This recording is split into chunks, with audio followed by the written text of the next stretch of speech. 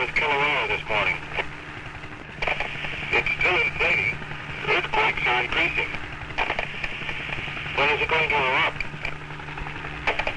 Well, we can't say just when, but it could be soon. Mark Twain once called Hawaii the loveliest fleet of islands that lies anchored in any ocean. Indeed, few places on Earth can match Hawaii's near-perfect climate and haunting beauty. But this warm and gentle land suffered at the peaks of huge volcanic mountains that for millions of years have erupted time and time again, building up from the sea floor to break through the ocean surface and form the islands we see today. At dawn on the morning of May 24th, 1969, the expected eruption was underway. A torrent of lava surged out of the smoke and steam. Men sent to observe that first eruption were met by a roaring curtain of fire. Scientists knew this eruption was coming. What they did not know was that lava would continue to gush from this site for the next 5 years. The face of Hawaii would be forever changed. This eruption was to be the birth of a mountain.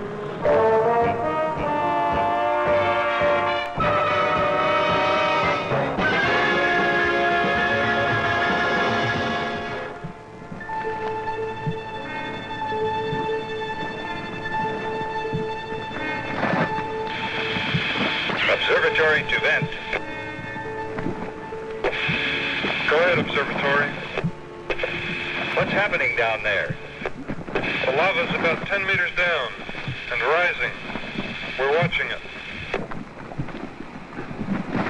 The Hawaiian Volcano Observatory, operated by the United States Geological Survey, is perched on the rim of the caldera, a large crater at Kilauea's summit.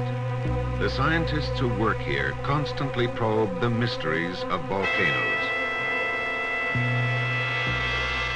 Kilauea lies in the southeastern part of the island of Hawaii. Stretching away from the summit caldera is an area of frequent volcanic activity, the East Rift Zone. The new eruption occurred about 8 kilometers from the summit, directly on the rift. Kilauea has a long and varied history of eruptive activity. From within the caldera, Halemaumau constantly pours steam and gas into the sky. At the observatory, seismographs were recording slight tremors from within the volcano. Magma, molten rock from the Earth's interior, was moving beneath the surface and feeding the quiet eruption on the East Rift Zone. Gas was slowly rising through the lava. The escaping gas would sometimes push the lava up and over the rim of the vent, causing a large overflow. Day after day, men would walk up to the face of the red-hot flow to scoop out samples for laboratory study. They knew that lava fountains might resume at any time and shower them with a hailstorm of fire.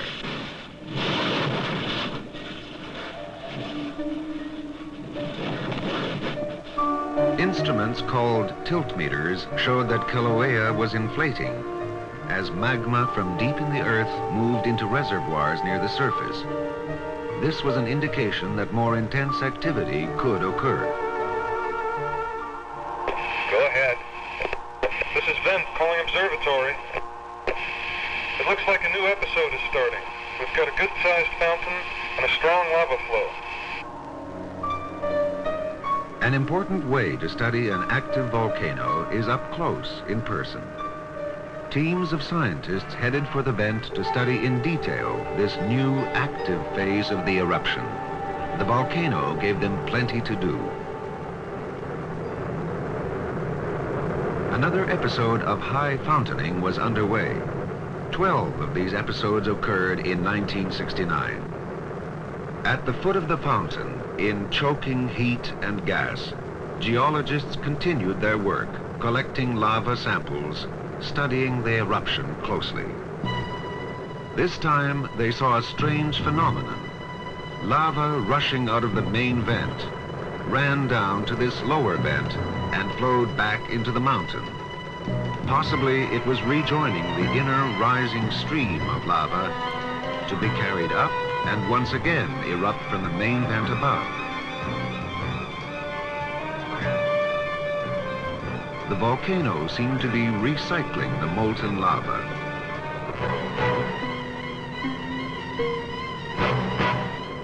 There were many periods of vigorous activity and relative calm.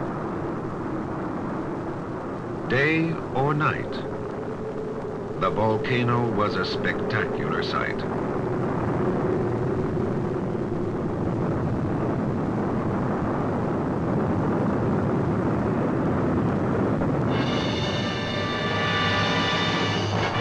Scientists in the field studied portable seismographs locating earthquakes, trying to get some idea of where the magma below was moving.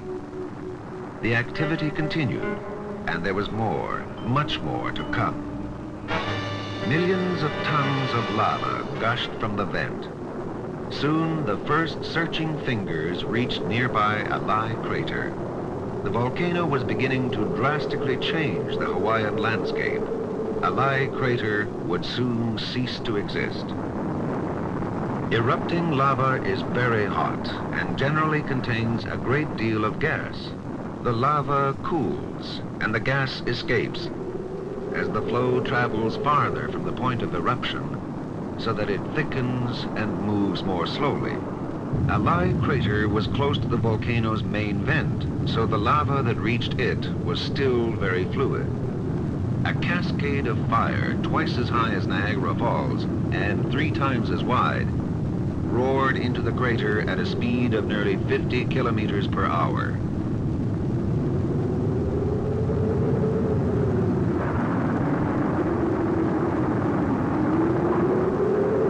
At its peak, the lava fountain reached a height of 540 meters, taller than the Empire State Building. The tremendous heat from the river of lava generated strong winds. These winds created fiery tornadoes that whipped across the river, spraying flaming lava into the air. Every dawn saw not only a new day, but a new landscape. The volcano was earning a name, an identity all its own. Mauna Ulu, the growing mountain.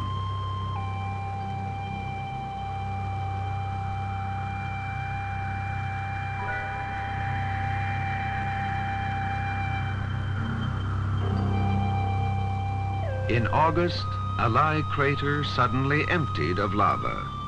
Large cracks split open the crater floor and the lava drained back into the earth. In 2 months, Mauna Ulu would fill it again. 1970 saw Mauna Ulu entering a more gentle phase of the eruption. Scientists used the time to repair and renew equipment buried under previous lava flows.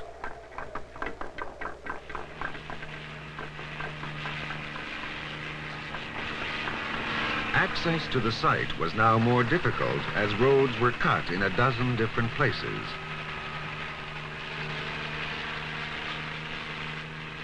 The scientist in charge of the Hawaiian Volcano Observatory, Donald Peterson, took to the air to survey the situation. Echo, this is 412. What can we do for you? We have a car trapped on the highway. Can you see any way from up there of getting it out?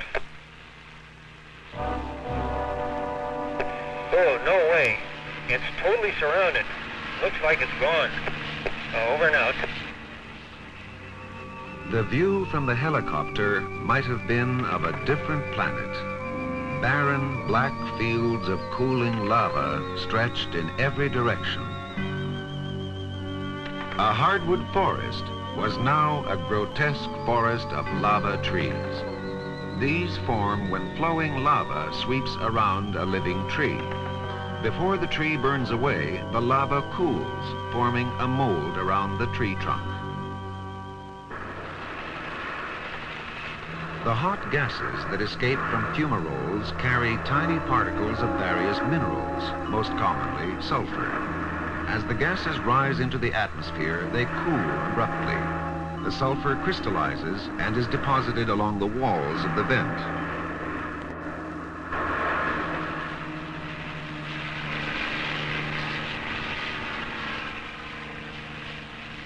The island of Hawaii bears evidence of many past eruptions.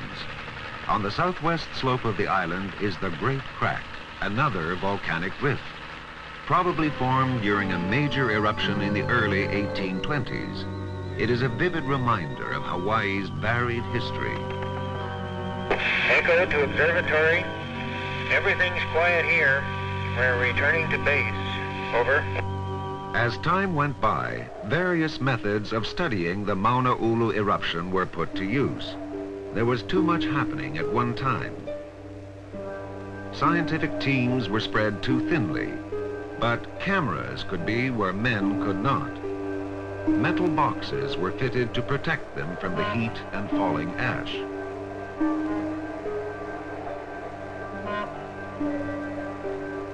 A lava shield such as Mauna Ulu grows by the piling up of lava flow after lava flow.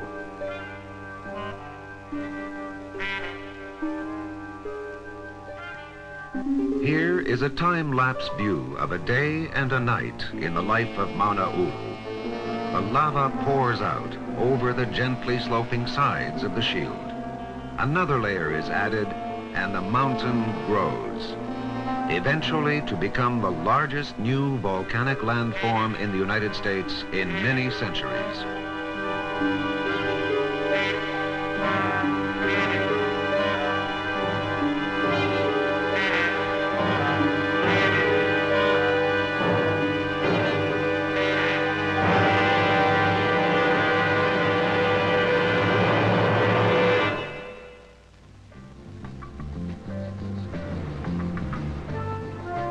By mid-1972, Mauna Ulu had radically changed the face of the land, and the eruption continued.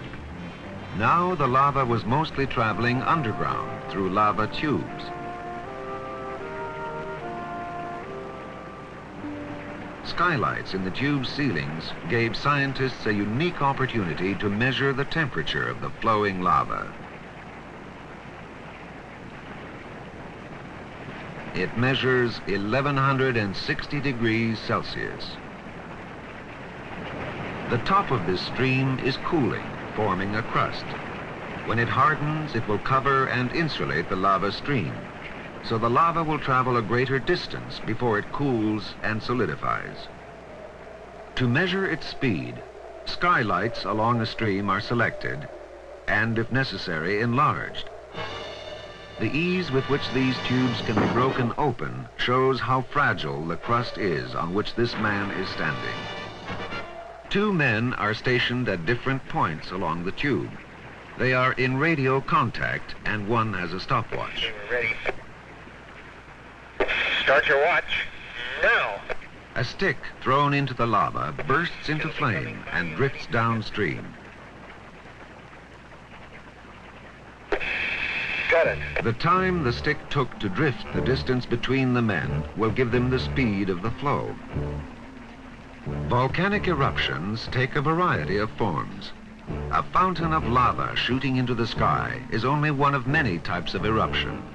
Anytime molten lava can be seen or even heard moving on the Earth's surface, an eruption is taking place.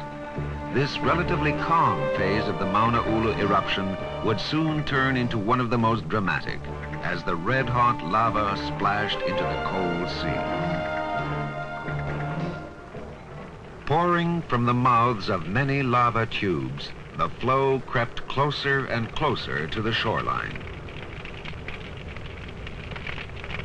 Nothing could stand in its way. These petroglyphs, carved perhaps hundreds of years ago by some of the earliest Hawaiians, vanished forever under the river of fire. The lava reached farther and farther from the main vent. 12, 13 kilometers. Large sections of lush forest in Hawaii Volcano's National Park were set aflame. Observatory calling Echo. What is your present location?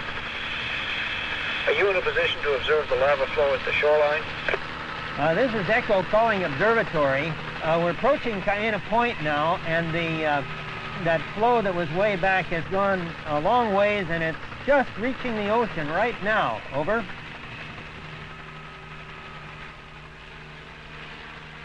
Again, Mauna Ulu gave scientists a rare look at the forces that shape our planet. This is the process that built the Hawaiian Islands, and indeed much of our Earth's crust.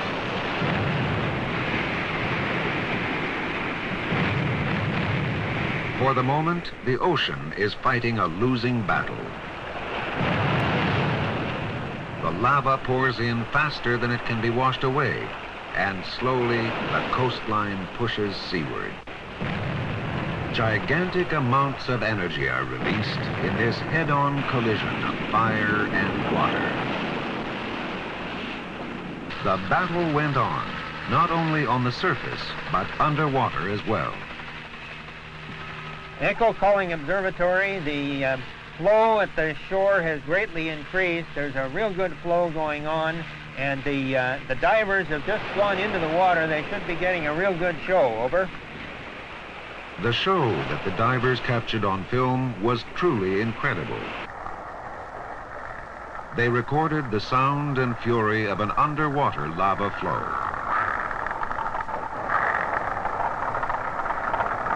The hard crust above the tubes defies the breaking wave, and the lava continues to flow underneath the crust out into the ocean.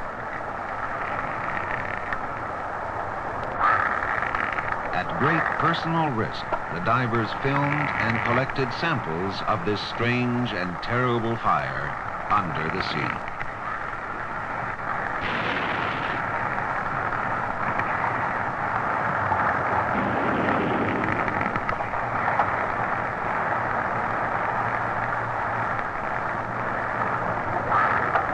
The sloping flank of the island extends down into the ocean, and the lava poured down this slope for many meters. Just beyond the perimeter of the lava flow, as though nothing at all was happening, life in the sea went on as usual. Lava continued to pour into the sea. Its source was the same vent that was supplying the lava lake in the large crater at Mauna Ulu's summit. The mountain had grown above the forest when in May of 1973 it underwent a dramatic change. The crater collapsed, the lava tubes dried up, and the flow into the sea stopped. Mauna Ulu remained sluggish for most of the rest of 1973, and some people thought it might be finished. It was not. Later in the year, activity resumed.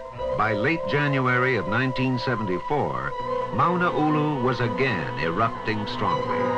In the next few months, the mountain added another 30 meters to its height, and its shape was completely changed. Lava fountains repeatedly roared into the sky in spectacular shows of fury. The United States Geological Survey and the National Park Service studied the situation closely and decided it was safe to allow tourists near the vent. People came by the thousands to see the terrible beauty of a volcanic eruption.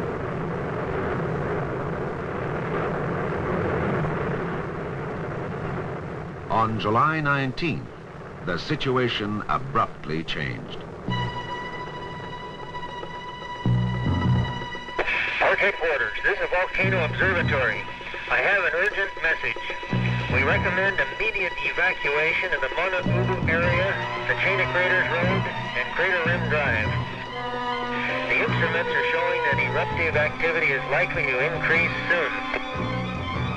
Scientists were not sure how strong the impending increase would be, but they could take no chances. There was an urgent need for immediate evacuation. This is 240, calling Park headquarters. Go ahead, 240. I completed my sweep. Chain of Craters Road is clear. Roger. Assist officers maintaining roadblock on Chain of Craters Road until further advised. 10-4. The warning was issued just in time. 2 hours later, the eruption was underway. This time, the eruption was not at Mauna Ulu, but at Kilauea's summit caldera. Once again, a large section of Chain of Craters Road disappeared under the torrent of lava. Once again, fast-moving lava rivers swept across the land. Once again, they tore through the forests to leave only lava trees where living trees once stood. From July 19th to the 22nd, this eruption continued, then gradually came to an end.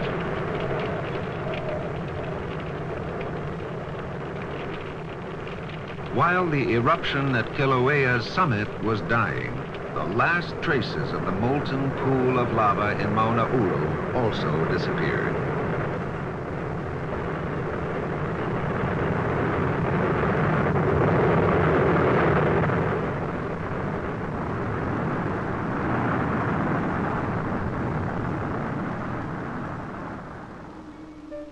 Mauna Ulu was silent, perhaps this time forever.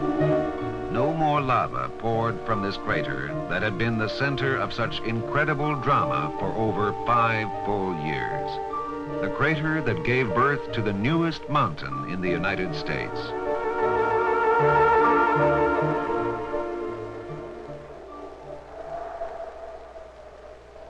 This is an ever-changing world. No sooner had Mauna Ulu finished growing than the winds and rains began the process of erosion that will wear it away. But nature will take many thousands of years to level this mountain. A massive lava shield about 1.5 kilometers wide, 2 kilometers long, 130 meters high. Scientists hesitate to call the volcano dead. It may be dormant, only resting for a while.